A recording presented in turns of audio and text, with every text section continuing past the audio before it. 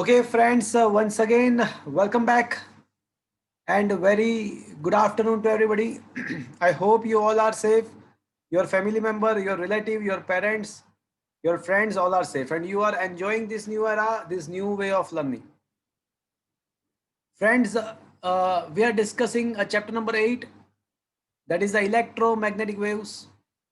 And that is a very important chapter with respect to the whole physics, because this chapter is a link between the three branches of the physics, that is electricity, magnetism and optics. So friends, we had completed this chapter completely with respect to numerical and theory.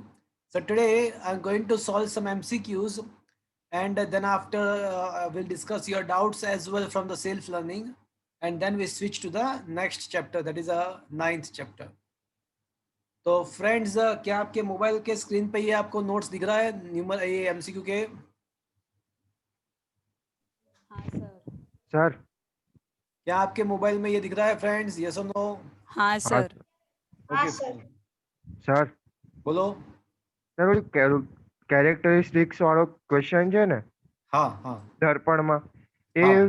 બહુ એ આખો કરવાનો જે No, દર્પણમાં આપ્યો છે I already had told you that you are required to prepare only the 6 to 8 characteristic only. હા ને sir એકે બાદ જે એમાં બે ત્રણ ડેરિવેટિવ કેવું છે કરવાના learn by.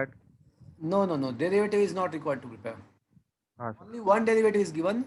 That is the derivative of the derivation of the energy density. So that only the derivation is given in the notes. Otherwise, equation of the electric vectors, that is correspond to the wave theory of the 11th standard. We had discussed the wave. On the basis of that, this was given. But you can just write down 8 or 6 or 8 characteristics. That is okay. That's enough. But you have to have your concept strong. Concept आपको सबका clear होना चाहिए. Okay. Otherwise आप 6-8 characteristic कर लो तो ठीक है, चलेगा. Okay. હા sir. Question number 1. The intensity of the plane electromagnetic wave where with the magnitude with the amplitude b0. चलो आपको intensity find करना पूछा है. On the very first question required to ask the intensity. किसी को याद है intensity का formula?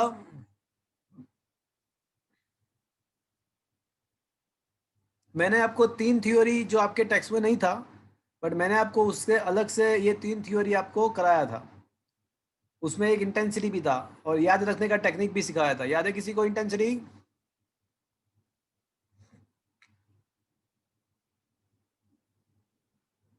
किसी को याद है इंटेंसिटी? या exactly. So I is equals to A rho G और C row Jena J Bhave. But epsilon ये रो नहीं है हमारे पास, तो रो का क्या होगा?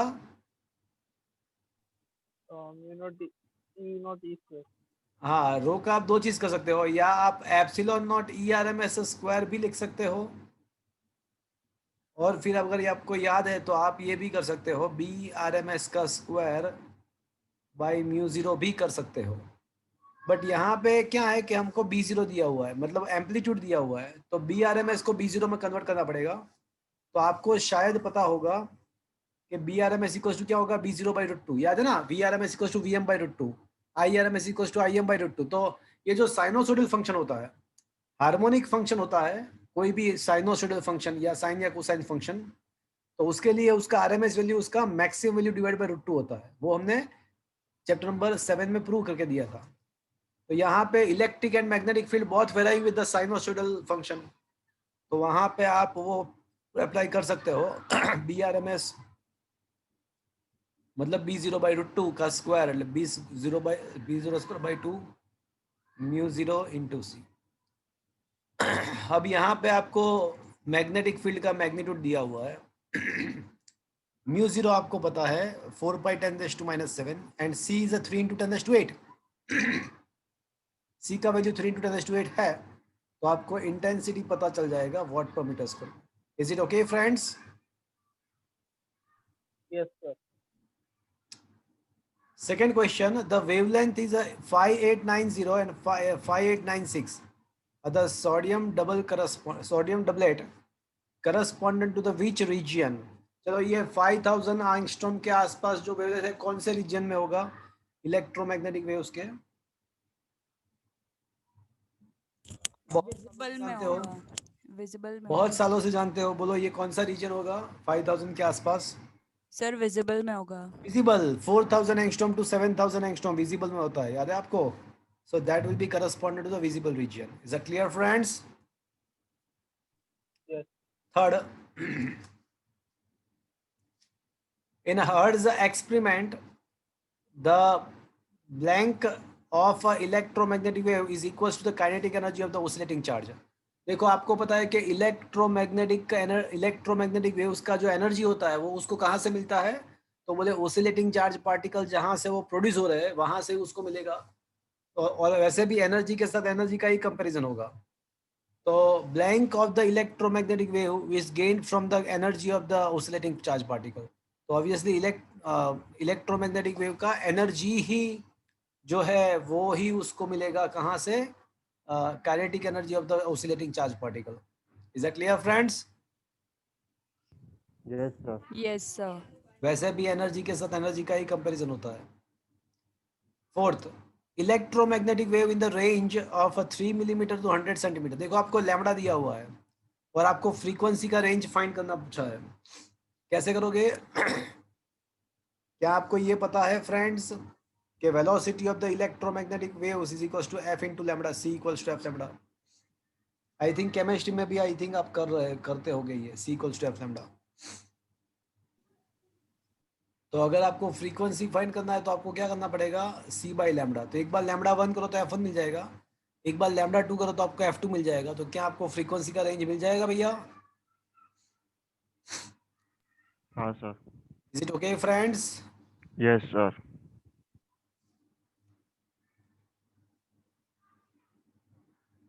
At room temperature, if relative permittivity of water is 80 and the relative permeability is 0.022, then what is the velocity of the light? It's a good MCQ. आपको relative permeability दिया हुआ है, रिलेटिव परमिटिविटी दिया हुआ है, तो आपके टेक्स्ट में नहीं था, बट मैंने आपको ये प्रूव करके दिया था। Am I right friends? क्या ये मैंने प्रूव करके दिया था? The reflective index of any medium is equals to root mu R K. हाँ सर। तो आपको यहाँ पे रिलेटिव परमिएबिलिटी भी दिया हुआ है, रिलेटिव परमिटिविटी भी दिया हुआ है, तो मतलब ये आपको ईटा मिल जाएगा। एंड आपको ये पता होगा कि eta is equals to C by V. That is the definition of the reflective index. We will learn this definition in the chapter number 9। शायद 10th स्टैंडर्ड में आ गया है, बट अगर पता नहीं है तो भी हम 9th चैप्टर में वैसे भी पढ़ने वाले हैं। But that is the definition of the refractive index. तो रिफ्रैक्टिव इंडेक्स जो होता है वो सी बाई वी होता है। अब रिफ्रैक्टिव इंडेक्स वैल्यू का वैल्यू तो हमको पता चल गया है, बिकॉज रूट म्यू आर के किया तो वो मिल जाएगा। Velocity of the light in the vacuum 3 × 10⁸ भी पता है, तो हमको क्या वी मिल जाएगा इसके ऊपर से? क्या उसके ऊपर से वी मिल जाएगा? Yes sir. Okay, so just do it. चलो क्वेश्चन नंबर 6, आपको ऐसा दिया हुआ है कि फ्रीक्वेंसी 6 गीगाहर्ट्ज है, तो how many number of waves in 1 metre? देखो आपको फ्रीक्वेंसी दिया हुआ है और उसके ऊपर से ऐसा पूछा कि 1 मीटर के अंदर कितने वेव्स है। एक काम करते हैं, पहले है ना वेवलेंथ फाइंड कर लेते हैं। तो c is equals to F lambda, तो lambda is equals to c by F, c 3 × 10⁸, f 6 giga.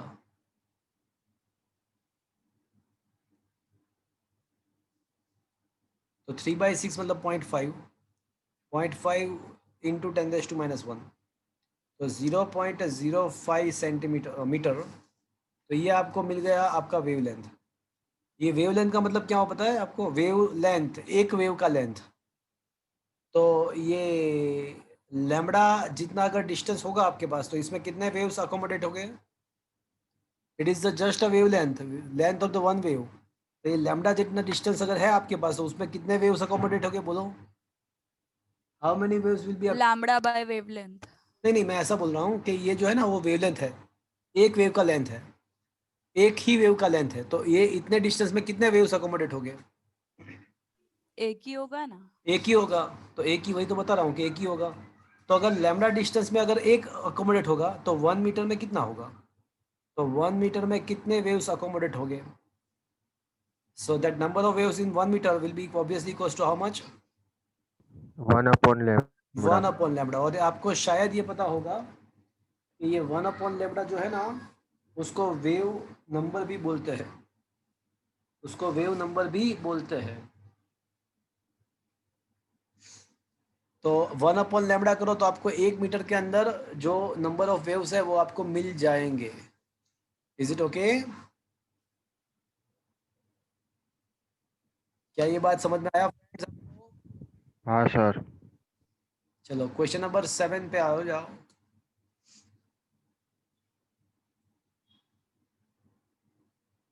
Seventh is also a good question.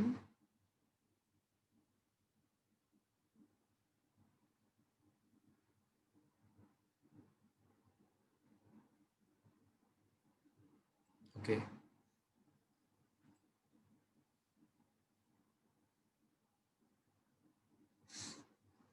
An electromagnetic wave passing through a space given by the equation something something something and b equals to something something. Which of the following relation is true? ऐसा question है। चलो आपको ये पता होगा कि velocity of the light in the of the electromagnetic wave equals to E0 by B0। क्या ये आपको पता है? यस और नो?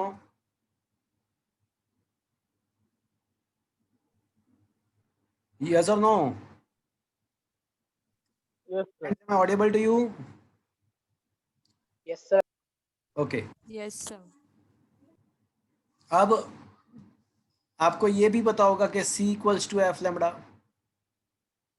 और उसको अगर 2 पाई से मल्टीप्लाई करते हो और 2 पाई से डिवाइड करते हो, C equals to F lambda, F upon नहीं एफ लैम्बडा। तो इसको 2 पाई से मल्टीप्लाई करते हो और 2 पाई से डिवाइड करते हो, तो it can also be written as omega by के।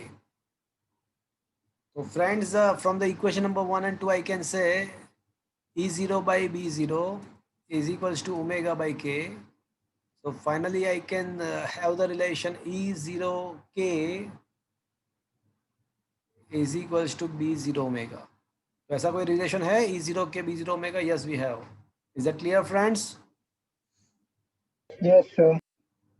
देखो अब मैं जो बोल रहा हूँ वो थोड़े इन्फॉर्मेशन है आपके लिए कि सोर्स के नज़दीक जो इलेक्ट्रोमैग्नेटिक वेव्स होते हैं, नियर द सोर्स, जहाँ पे इलेक्ट्रोमैग्नेटिक वेव्स प्रोड्यूस होते हैं, तो वहाँ पे जो इलेक्ट्रोमैग्नेटिक वेव्स होते हैं उसको बोलते हैं इंडक्टिव कंपोनेंट। किसको इंडक्टिव कंपोनेंट बोलते हैं? जो सोर्स के नज़दीक होते हैं उसको इंडक्टिव बोलते हैं, नंबर 1। नंबर 2, यहाँ पे phase difference between the electric and magnetic field is also pi by 2। वहाँ पे इलेक्ट्रिक एंड मैग्नेटिक फील्ड के बीच में जो फेज डिफरेंस होता है वो पाई बाई 2 होता है। And number 3, it's a value, मतलब इलेक्ट्रिक फील्ड और मैग्नेटिक फील्ड भी वेराइज विद द 1/r³। ये 3 चीज़ आपको याद रखना है कि सोर्स के नज़दीक जो इलेक्ट्रोमैग्नेटिक वेव है उसको बोलते क्या है? उसको बोलते हैं इंडक्टिव कंपोनेंट। उसमें electric and magnetic field same phase में होंगे? नहीं, वहाँ पे सेम फेज नहीं होगा, वहाँ पे फेज डिफरेंस पाई बाई 2 होगा। एंड नंबर 3, वहाँ पे उन दोनों का वैल्यू कैसे इंक्रीज या डिक्रीज होगा? तो it will be decrease with respect to 1/r³। But जो नज़दीक है सोर्स के, जो सोर्स के नज़दीक है उसको इंडक्टिव बोलते हैं, बट जो सोर्स से दूर है, फार फ्रॉम सोर्स, तो उसको क्या बोलते हैं पता है आपको? उसको बोलते हैं रेडिएटिव कंपोनेंट। उसको इंडक्टिव नहीं, उसको रेडिएटिव कंपोनेंट बोलते हैं। वहाँ पे electric field and magnetic field in phase होते हैं, मतलब फेज डिफरेंस 0 होगा। एंड नंबर 3, वहाँ पे E एंड B का जो मैग्नीट्यूड है it will varies not very fast, it varies 1/ओनली r, r³ नहीं आएगा, वहाँ पे r आएगा। इसको रेडिएटिव कंपोनेंट बोलते हैं, जो सोर्स के दूर है। तो यहाँ पे क्या क्वेश्चन है, देखो क्वेश्चन नंबर 8 क्या है, the region closer to the oscillating charge. Closer to the oscillating charge को मतलब क्या हुआ, नियर टू द सोर्स हुआ कि अवे फ्रॉम द सोर्स हुआ? बोलो, closer to the oscillating charge तो नियर टू द सोर्स हुआ या अवे फ्रॉम द सोर्स हुआ? नियर। नियर। तो उसको बोलते हैं उस कंपोनेंट को बोलते हैं इंडक्टिव कंपोनेंट, और वहां पे phase difference E and B के बीच में कितना होगा, नजदीक है तो फेज डिफरेंस कितना होगा, मैंने बताया अभी आपको information, 90। 5/2 and its value is varying with respect to 1/r³। उसका 1/r³ से वेराई होता है। ये इन्फॉर्मेशन है, वैसे अभी पूछने के लिए नहीं है, बट JEE नीट गुजसेट के लिए इम्पोर्टेंट है कि भाई सोर्स से नज़दीक है तो वहाँ पे फेज डिफरेंस 0 होता है, सॉरी फेज डिफरेंस π/2 होता है, और उसका वैल्यू जो है ना 1/r³ के हिसाब से चेंज होता है, एंड उसको इंडक्टिव बोलते हैं। बट इसके बाद क्या क्वेश्चन दिया हुआ है, a large distance from the source, E and B are in phase, वो इन फेज में ही होते हैं, and its magnitude is decrease is with respect to not 1/r³, तो 1/r³ तो कैंसिल हो जाएगा, it reduces by 1/r only, that is r⁻⁻1, और उसको क्या बोलते हैं, उसको रेडिएटिव कंपोनेंट बोलते हैं, r⁻⁻1, and it is a radiated component, radiated component, this is the answer. Inductive नहीं आएगा, option B is the right answer. तो क्या ये चीज समझ में आया फ्रेंड्स? सर बट आओ क्या बनना? वो इन्फॉर्मेशन है, ये इन्फॉर्मेशन है। हाँ, ये फेज डिफरेंस π/2 क्यों रहता है सोर्स के बाजू नज़दीक में, दूर क्यों 0 हो जाता है, तो उसके लिए बहुत बड़े थ्योरीज अभी आपको पढ़ना पड़ेगा, तो वो थोड़ा और मतलब ज़्यादा हो जाएगा, वो भी आपके कंटेंट में नहीं है। जब आप इंजीनियरिंग में जाओगे, electronics and communication engineering, basically communication के साथ जाओगे तो ये सारा डिटेल में आएगा, अभी आपको डायरेक्टली याद रखना है। Okay, okay.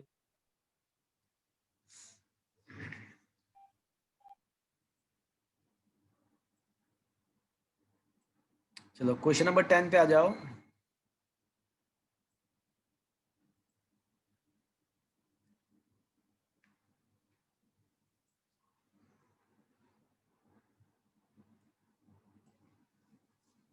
The maximum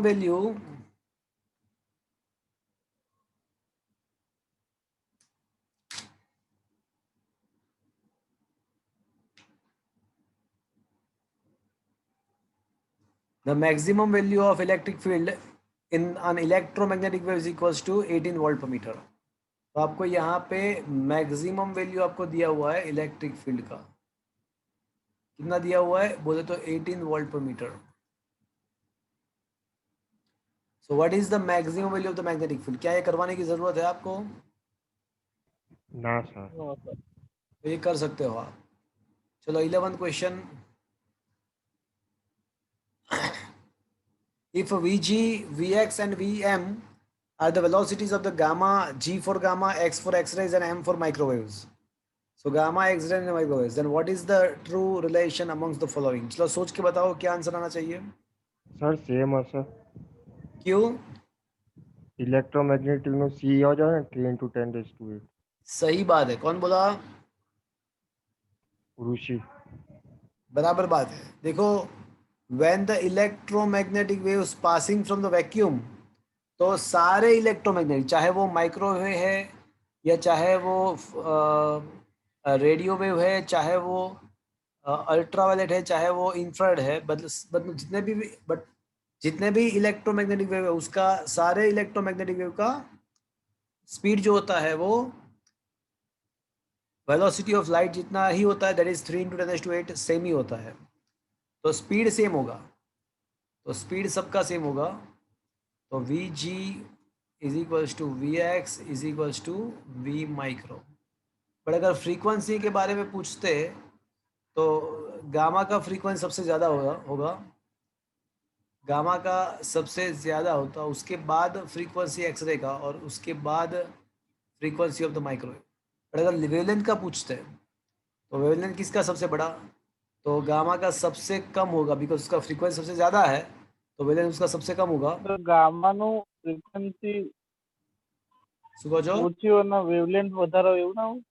Lakshmi वुक्षी, क्यों ऐसा कर रहे हो आप? रश्मि से अगर वुक्षी तरफ जाओगे तो फ्रीक्वेंसी बढ़ता जाएगा। Gamma rays are the most energetic electromagnetic waves. Why? Because उसका फ्रीक्वेंसी सबसे ज़्यादा है। Energy can be given by HF.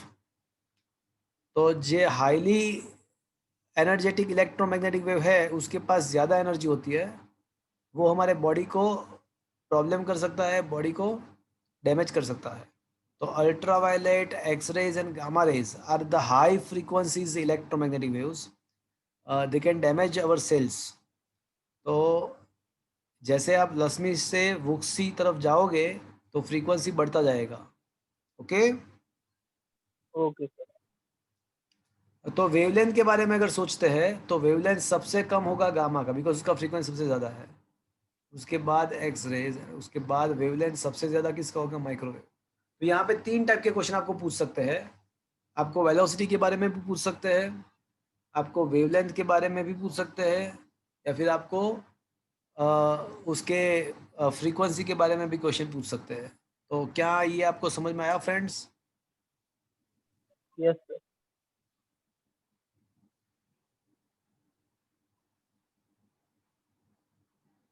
Okay.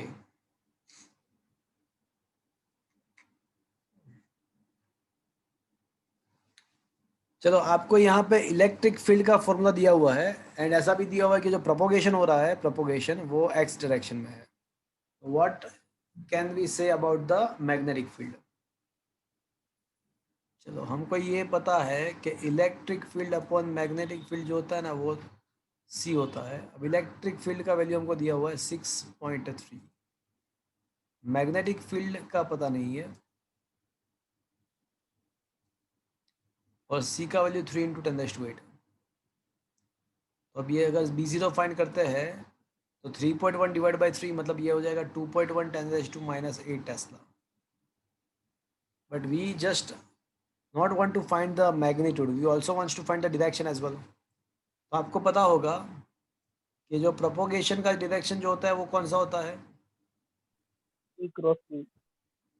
तो वो E क्रॉस B में होता है। अब प्रोपोगेशन को दिया हुआ है कि कौन सा डायरेक्शन है, आई कैप है, और इलेक्ट्रिक फील्ड का क्या दिया हुआ है? जे कैप। तो यहाँ पे मैं क्या लिखूं तो मेरा પ્લસ કે आई कैप आ जाएगा। तो direction of the magnetic field is a plus के कैप, जे के आई। तो फाइनली अब जाके पता चला कि ये आंसर नहीं आएगा, ये आंसर आएगा। Is it clear friends? Magnetic field का डायरेक्शन યસ प्लस के कैप मिलेगा, माइनस के कैप नहीं मिलेगा। યસ बात सबको समझ में आया फ्रेंड्स? Yes sir. ओके।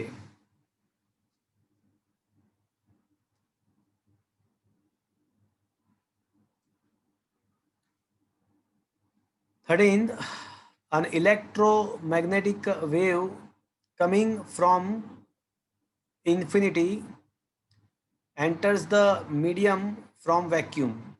देखो, आपको पता होगा कि जब कोई एक वेव एक मीडियम से दूसरे मीडियम में जाता है तो उसका वेवलेंथ डेफिनेटली चेंज होता है, बट फ्रीक्वेंसी चेंज नहीं होता। फ्रेंड्स, ये बहुत ही इंपॉर्टेंट चीज़ है। 15 चैप्टर 11 स्टैंडर्ड में हमने बार बार डिस्कस किया था कि फ्रीक्वेंसी जो होता है ना, that is the characteristic of the source. वो सोर्स का कैरेक्टरिस्टिक है।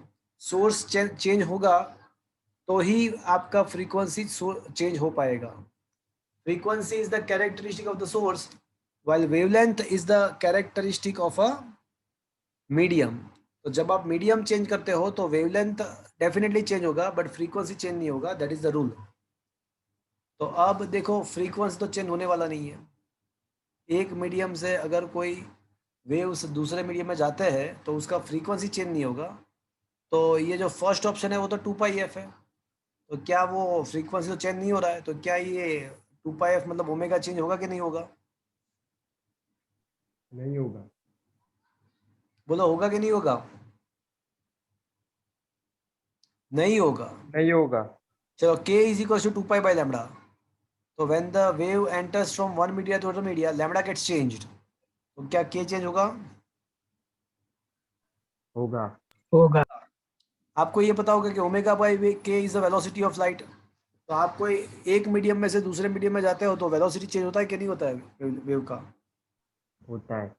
होता है। जैसे वैक्यूम के अंदर 3 × 10⁸ है, तो कोई और मीडियम में उसका वेलोसिटी चेंज हो जाएगा, मतलब वेलोसिटी भी चेंज होता है। अब लैम्बडा तो चेंज होता ही होता है, लैम्बडा तो चेंज होता ही होता है, तो ये सारे चीज़ चेंज होते हैं, तो कौन चेंज नहीं करेगा? Will not be change with the medium, कौन चेंज नहीं करेगा? Omega. Omega is going to be remains constant. Is that clear friends? Yes sir. चलो question number 14।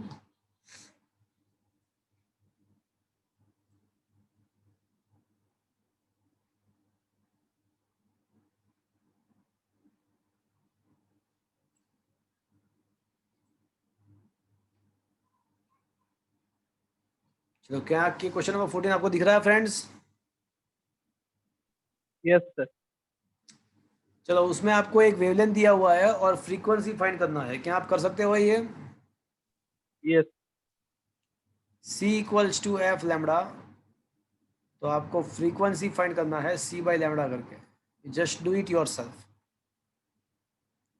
15 good one, it's a very good question.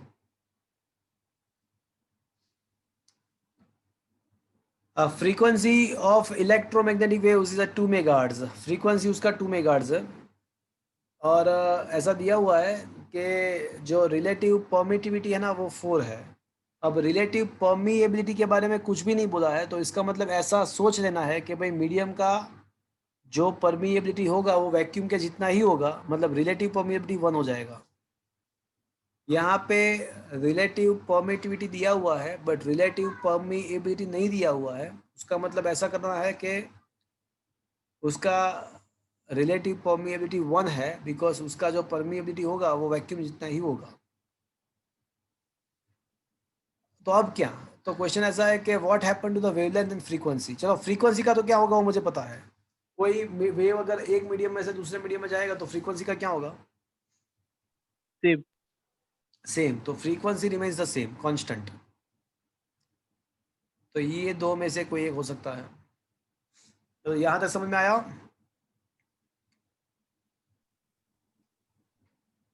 Yes sir.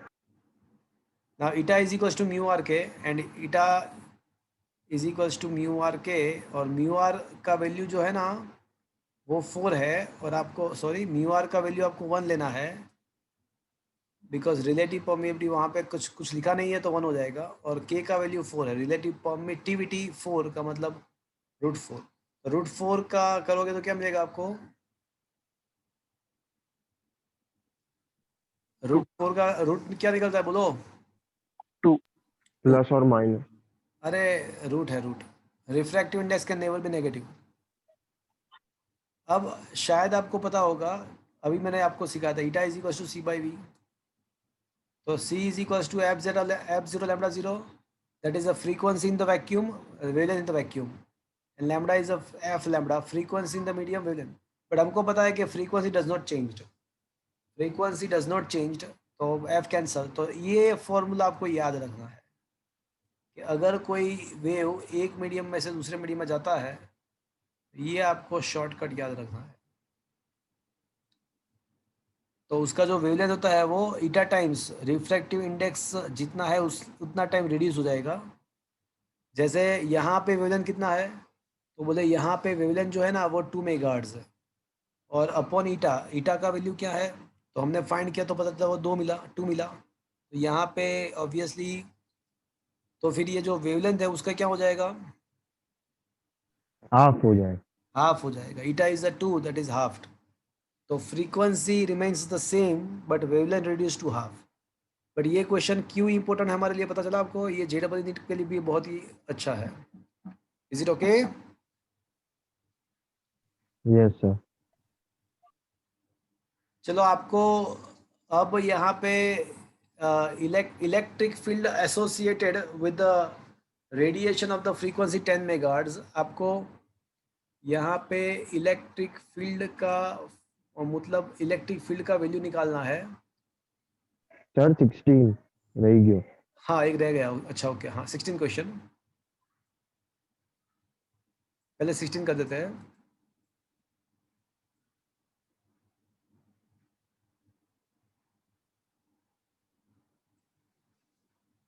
Okay,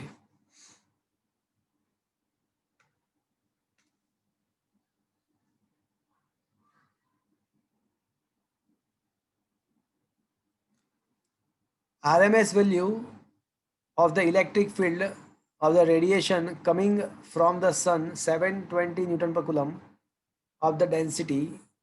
अच्छा चलो, आपको ERMS दिया हुआ है, RMS value of the electric field is given, that is 720 Newton पर coulomb. और पूछा क्या है कि एवरेज रेडिएशन डेंसिटी, तो आपको डेंसिटी फाइंड करना है। तो density is equal to formula किसी को याद है? आज ही हमने एक दो बार यूज किया। E naught ERM epsilon naught वालों sir ERMS square into C। Into c तो इंटेंसिटी हो जाएगा, यहाँ पे only epsilon naught ERMS square. तो बस खत्म बात, आपको एप्सिलॉन नॉट पता है, ERMS भी पता है, आपको जस्ट उसका मल्टीप्लाई करना है, इसका स्क्वायर लेना है, you just get the answer. तो क्या ये पता चला फ्रेंड्स? हाँ सर। ओके,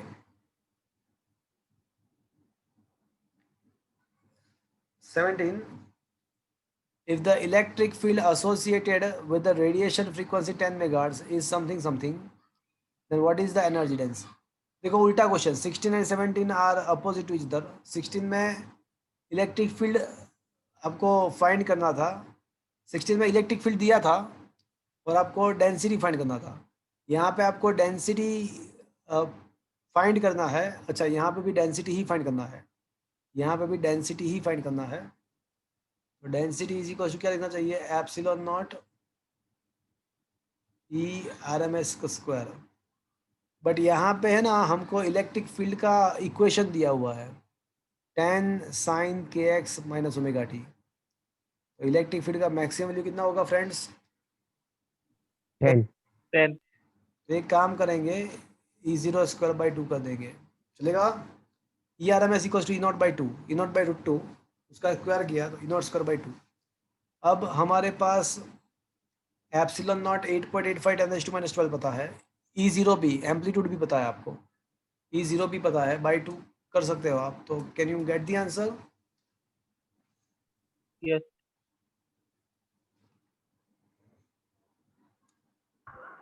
સર 18, हाँ बोलो। સર E naught એટલે ERMS by 2 √2 થાય ને? हाँ हाँ बराबर છે। नहीं नहीं नहीं नहीं नहीं, ERMS is equals to maximum value by root 2, और E0 तो मैक्सिमम वैल्यू है, तो it will be a root 2 into ERMS। હા સર। Is that clear? હા સર। चलो 18 question, two opposite charge particle oscillates about their mean equilibrium position in the free space with a frequency 10⁻⁹ hertz.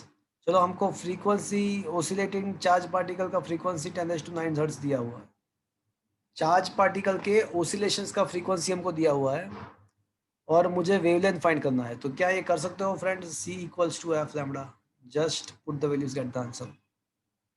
C का value पता है, Yes. तो पता है lambda भी। Is that clear to you friends? Yes. Yes. चलो, और 19 question आपको पता है कि रिफ्रैक्टिव इंडेक्स का इक्वेशन क्या है? E. रूट म्यू आर के। Option A is the right answer. Is it okay? Yes, sir. चलो, तो मुझे जो MCQ कराना था, जो अच्छे अच्छे MCQ मुझे लग रहे थे, वो मैंने कराया। अब आपको डाउट्स पूछना है सेल्फ लर्निंग में से।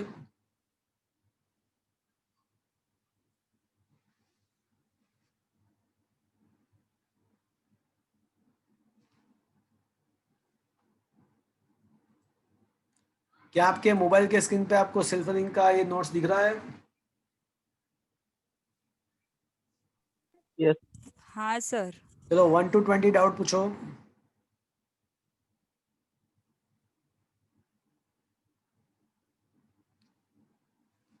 1 to 20.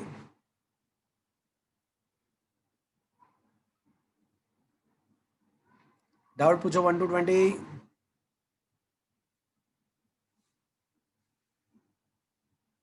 Okay 20 to 40.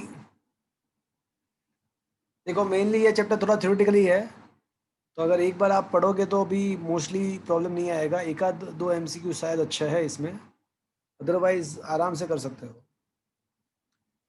20 to 40.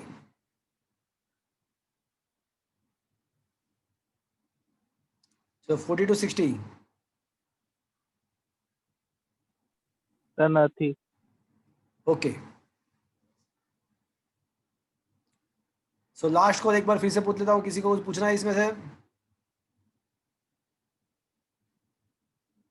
Sir starting सारा थियरी है।